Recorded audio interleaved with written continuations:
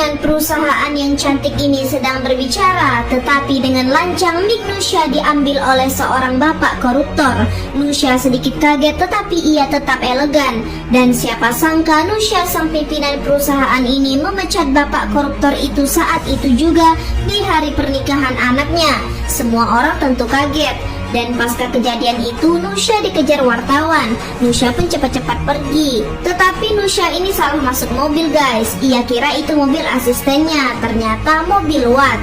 Watt pun kebingungan. Akhirnya Watt ini berhenti di pinggir jalan. Dan saat keluar dari mobil, Nusya pun kaget. Ternyata ia menaiki mobil Watt. Ya, Nusya masih ingat jika Watt adalah orang yang menolong model perusahaannya saat pingsan karena dipecat Nusya kemarin. Nusya tampak kesal, akhirnya Nusya pun langsung pergi. Terlihat ayah Nusya ini ternyata marah dengan perlakuan Nusya yang memecat bapak koruptor kemarin. Padahal niat Nusya ini baik untuk menjaga perusahaan ayahnya dari para koruptor. Karena ayah Nusya ini kepikiran, akhirnya penyakit ayah Nusya pun kambuh.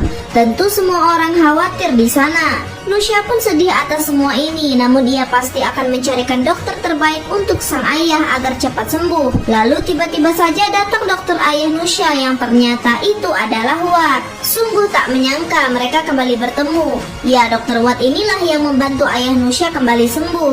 Inilah awal mula mereka kenal dan akhirnya mereka terpaksa menikah. Lalu terlihat rekan kerja Nusya yang bernama Cahaya ini adalah paman Nusya sendiri, tetapi umur mereka tak berjauhan. Namun misi ibu Cahaya ini tidak baik.